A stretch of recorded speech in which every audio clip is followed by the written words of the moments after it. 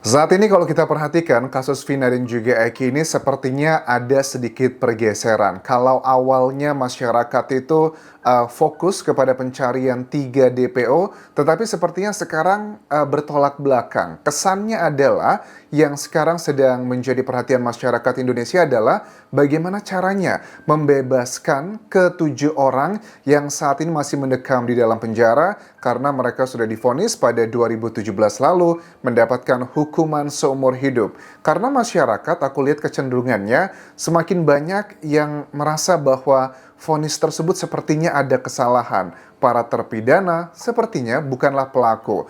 Nah, yang kita akan simak sesaat lagi adalah persidangan yang akan digelar. Ini untuk mantan terpidana Saka Tatal yang akan digelar sekitar tanggal 20-an Juli 2024 ini. Kita masih belum clear kapan K24K atau tanggal berapa, karena bagian ini adalah bagian yang penting.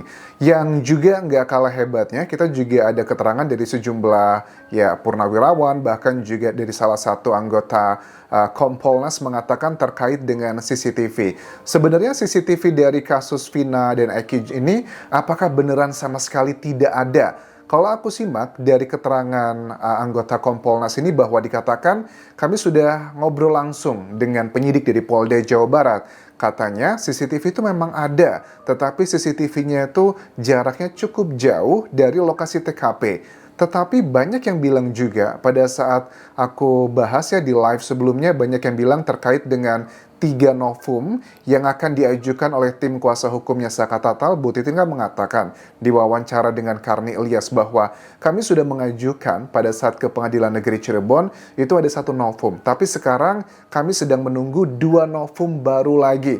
Nah, banyak yang menduga bahwa novum baru tersebut katanya juga berkaitan dengan digital. Misalnya CCTV kah? Atau jangan-jangan adalah kamera dashboard di sebuah mobil yang melewati area TKP. Nah, dugaanku adalah kalau seandainya salah satu novum tersebut adalah berasal dari kamera dashboard salah seorang yang melewati area TKP, kemungkinan besar Bu Titin akan fokus kepada keyakinan dari awal bahwa ini adalah murni laka lantas tunggal. Karena mungkin kalau seandainya itu betulan adalah novumnya akan menunjukkan kamera dashboard tersebut waktu di jelang kematian Vina dan juga Eki, kemudian ternyata tidak ada apa-apa kok di situ, tidak ada orang rame-rame, nggak ada motor yang lewat 10 menit sebelum dan 10 menit sesudah itu tidak ada motor yang lewat selain adalah Vina dan juga Eki. Kenapa dugaannya mengarah ke sana? Karena Bu Titin juga sampai hari ini aku lihat di wawancaranya berbagai media masih tetap yakin bahwa ini adalah laka lantas tunggal. Ya, kita lihat nanti ya perkembangannya seperti apa. Untuk Saka Tatal, hari ini aku lihat ada salah satu statementnya pada saat wawancara di acaranya iNews. Dia mengatakan bahwa saya itu berani sumpah pocong, bahkan saya berani tantang Rasman.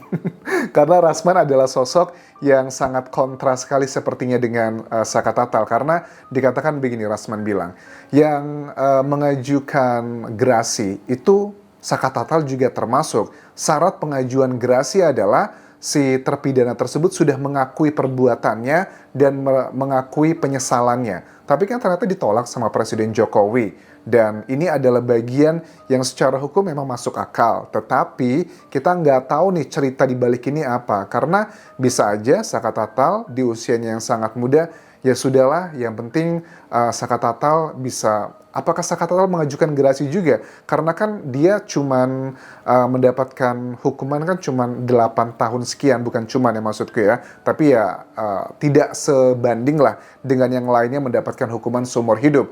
Walaupun Saka Tatal hanya menjalani hukumannya sekitar 3 tahunan saja. Ya, ini adalah bagian tentunya adalah perdebatan. Terus juga Rasman Nasution ini bilang katanya janganlah mendewakan Hakim Eman Sulaiman katanya. Kami akan laporkan beliau dengan tim kami itu sekitar minggu depan. Karena apa? Di putusan poin kelima memang Hakim Eman Sulaiman ini memberikan sebuah jaminan hukum untuk Peggy Setiawan yang melindungi dia untuk di persidangan berikutnya. Ini yang menjadi kritik dari Rasman ya, yang bilang bahwa baru kali ini ada hakim yang memberikan putusan di luar jangkauannya karena dia melindungi Peggy untuk kebal terhadap putusan di berikutnya kalau ternyata dia kemudian hari dijadikan tersangka. Memang apa poin kelima tersebut? Ini ada 9 ya putusan dari Hakim Eman Sulaiman, yang poin kelima ini yang sangat luar biasa banget melindungi Peggy menurut aku. Menyatakan tidak sah segala keputusan dan atau penetapan yang dikeluarkan lebih lanjut oleh termohon yang berkenaan dengan penetapan tersangka atas diri pemohon oleh termohon.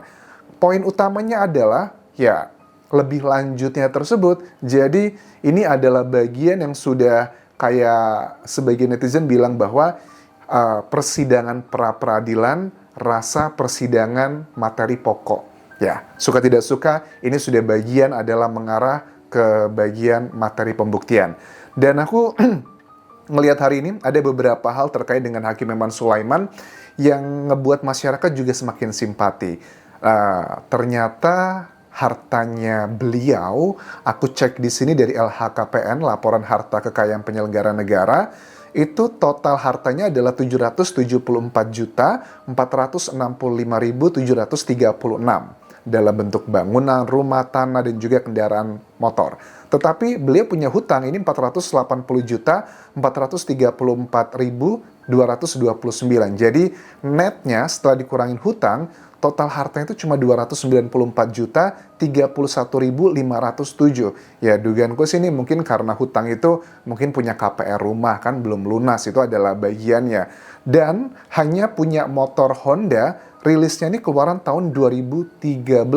Kemudian ini membuat aku menarik gitu. Apa sih kok Hakim Eman Sulaiman sebegitu sederhana hidupnya? Mohon maaf ya, untuk level hakim, kok bisa hartanya cuma segitu? Oh, ternyata beliau ini memang berasal dari keluarga yang boleh dikategorikan tuh ya underprivileged lah. Nggak berasal dari keluarga kaya raya. Dikatakan di sini bahwa saya itu ya, di keluarga saya bahkan satu kampung yang ada di Karawang, di tahun 95, hanya sayalah satu-satunya seorang warga di sana yang bisa lulus S1. Keluarga saya lulusannya SD, warga-warga sekitar juga rata-rata SD. Yang lulusan SMP aja nggak ada di sana. Pekerjaannya mayoritas adalah sebagai pedagang dan juga petani. Jadi sementara ini pun juga kalau kawal karir dari Hakim Eman Sulaiman kan dimulai tahun 2004 di Pengadilan Negeri Ketapang, Kalimantan, dan sekarang beliau bertugasnya adalah di Bandung. Sementara keluarganya itu tinggalnya di luar kota. Ini yang menurut aku juga unik karena walaupun dia berpisah ya dengan keluarganya dan pulang katanya cuma 2 minggu atau 3 minggu sekali, dan Hakim Eman Sulaiman tinggalnya di kos-kosan.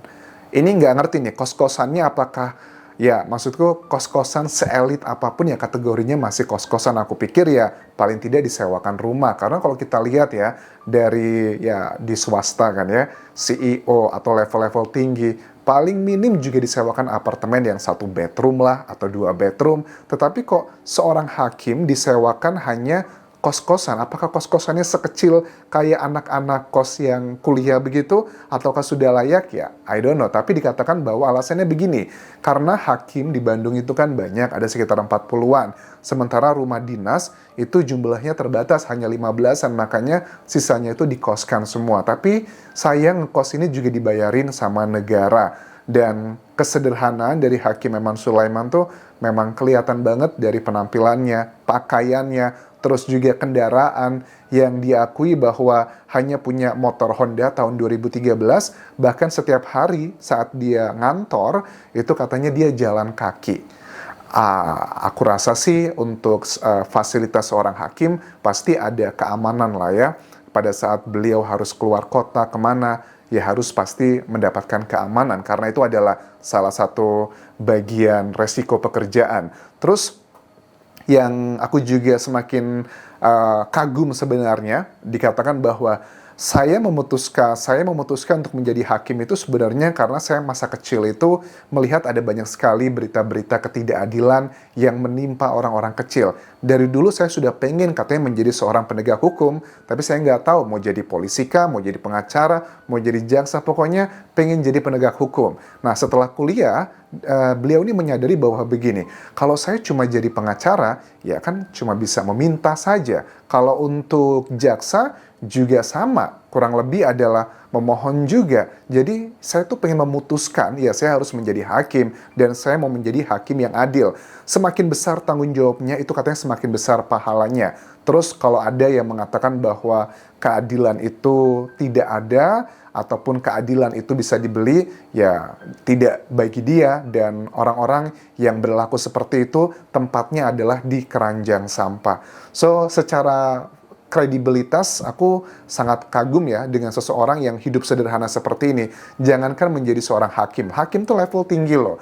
Banyak sebenarnya ya, ada oknum-oknum jaksa ataupun juga penyidik yang levelnya juga masih bawah-bawah, tetapi hidupnya sudah hedon, keluarga juga bukan keluarga yang kaya raya. Itu duitnya dari mana? Karena kan kalau kita ngomongin soal penghasilan, just be realistis gitu. Kalau kita ngomongin angka uang, kita harus tahu sumbernya dari mana, pendapatannya seperti apa, apakah dari keluarga atau ada usaha lain, itu kan harus clear semuanya teman-teman.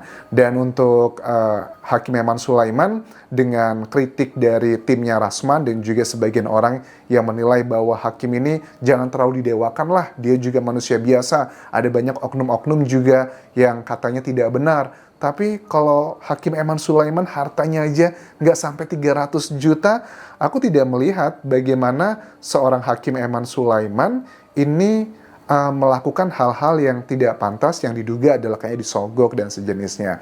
Ya, kita lihat nanti ya, karena di Indonesia tuh kalau LHKPN, laporan harta kekayaan penyelenggara negara, memang harus kita akui tidak semuanya itu jujur gitu. Kadang ya kita tahulah pejabat-pejabat di Indonesia ngelaporin hartanya cuma 10 miliar, 20 miliar, tapi korupsinya ratusan miliar. Itu duitnya kemana gitu, dengan modus-modus pencucian uang dan sebagainya. Tapi ya mudah-mudahan apa yang disampaikan oleh Hakim Eman Sulaiman ini adalah fakta ataupun juga kebenaran. Kita bolehlah selalu mengkritik apapun yang berhubungan dengan penegak hukum, tapi kita juga harus mengapresiasi. Kritik itu harus seimbang loh dengan apresiasi. Kalau ada yang baik, ya kita puji, kita apresiasi. Kalau ada yang nggak pantas atau nggak layak, ya harus kita kritisi juga. Harus fair, harus juga adil. Kembali terkait dengan CCTV ini, ya mudah-mudahan novum yang sudah dikumpulkan oleh timnya Saka Tatal ini benar-benar kuat sekali agar bisa membersihkan nama Saka Tatal. Saka Tatal itu sudah bebas ya sebenarnya, nggak ada lagi tanggung jawab secara hukum. Tetapi kita masyarakat tuh melihat bahwa dia ini memang punya tekanan yang sangat luar biasa. Pandangan matanya tuh kosong pada saat di berbagai macam acara. Karena ada beban mental yang luar biasa, perjuangan dia 8 tahun terakhir ini yang mengalami hal-hal yang sangat menyedihkan menurut versi dia. Itu semua tidak akan bisa disembuhkan dengan psikolog atau psikiater. Yang bisa menyembuhkan hal tersebut adalah jika dia berhasil dikabulkan PK-nya. Bukan untuk dia bebas dari penjara, tapi adalah kepuasan dan juga menunjukkan kebenaran. Itu adalah versi dari Saka Tatal. Karena kita nggak bisa menutup mata kalau secara hukum ini sudah ingkrah, sudah ada kekuatan hukum tetapnya teman-teman. So, mudah-mudahan ini adalah bagian yang bisa juga menolong para 7 terpidana lainnya kalau memang mereka tidak bersalah dalam peristiwa ini. Sampai jumpa lagi di video berikutnya. Bye.